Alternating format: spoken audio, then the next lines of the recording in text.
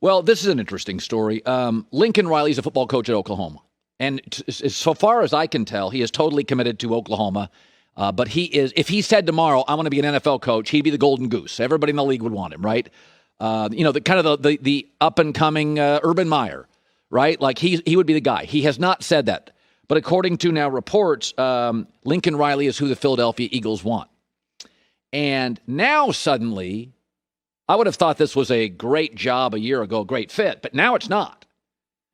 Because now Doug Pederson is the third coach with a winning record to be fired after one bad year. And now we're finding out stories that Howie Roseman is crazy power hungry as the general manager. And this is a cautionary tale. The answer for fans is always the same thing. Every city, every team, every franchise. Fire the coach. Fire him. Get rid of the coach. Coach no good. Fire him. The problem is really good coaches have options, and that creates an image of instability. I'll give you an example.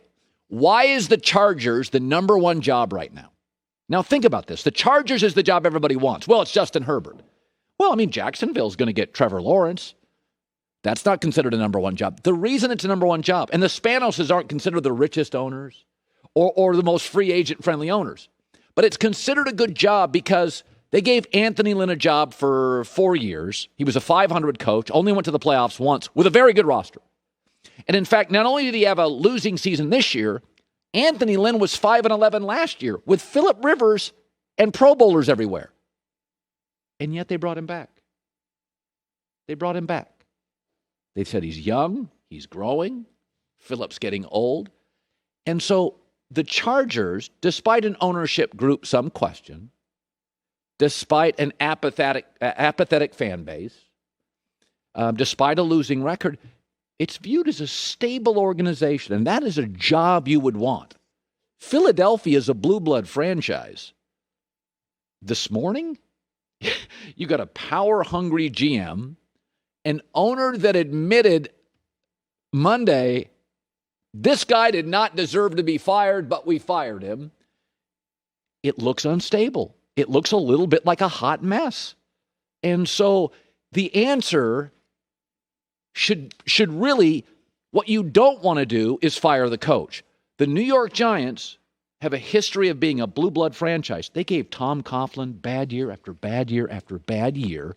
And now, that's not saying they hired the right coach after him, but it did make the Giants look redeemable and grown up. The Chicago Bears this morning are retaining their general manager and their coach, Ryan Pace and Matt Nagy.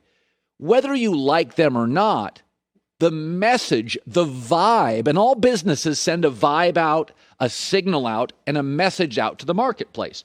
The message it sends out to the Bears is, okay, ownership.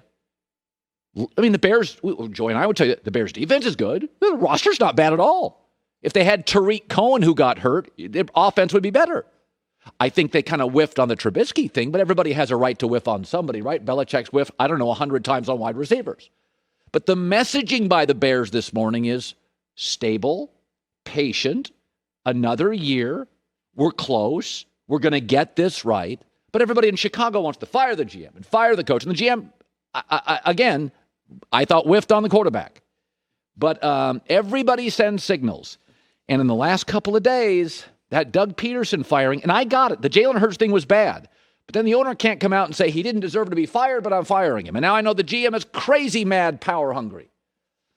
I don't think this is a good job. If I'm Lincoln Riley, I'm like, no, I'm not going to Philadelphia. And I guess my point here is today, be very careful about always having this as an answer. Fire our coach. Philadelphia now has fired 3 coaches, all with winning records. 2 got to a Super Bowl. 1 won a Super Bowl, all because they had a bad year. One bad year. The Miami Dolphins are promising to evaluate the entire team, and some players have already evaluated Tua. According to a report in Miami, I'm going to read you this because I just got my hands on it. Tua, according to the GM and coach, will be the starting quarterback next year. That caught the attention of at least 3 players within the team because they have told the Miami Herald in recent days, They didn't see enough from Tua to promise him anything for next season. The players who spoke to the Herald anonymously to not suffer consequences said they're unimpressed with him. They were totally caught off guard with the comments and the commitment when he was named starter in the 7th game of the year. Players said they were concerned, although he was humble and a great kid and a great competitor, they were concerned in training camp that he didn't have any special qualities and didn't think he would be ready for the year. They also said they don't see special traits in him beyond his accuracy. Oh my God, it's like we're watching the same games. They got frustrated, said the players. A defensive player said when Flores told the team Fitzpatrick would not be available for the season finale against Buffalo, players got frustrated, clearly thinking he was the better player. So this is this was my concern.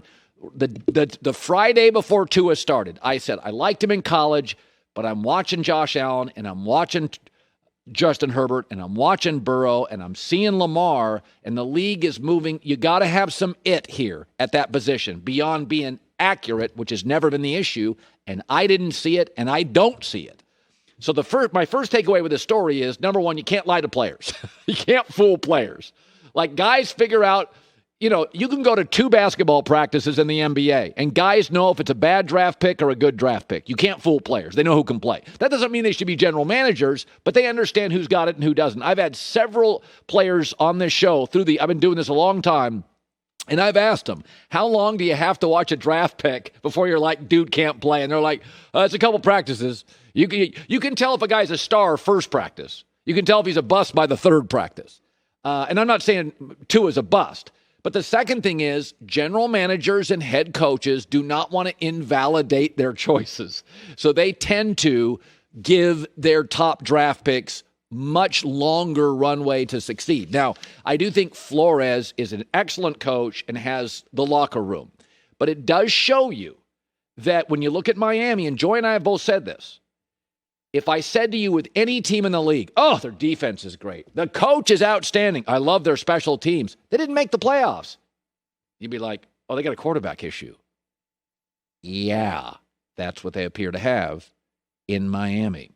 Hi, everybody. Thanks for watching. Subscribe here to get the latest from the show. Also, be sure to check out more of the best clips from The Herd or go watch a few segments from other shows on FS1.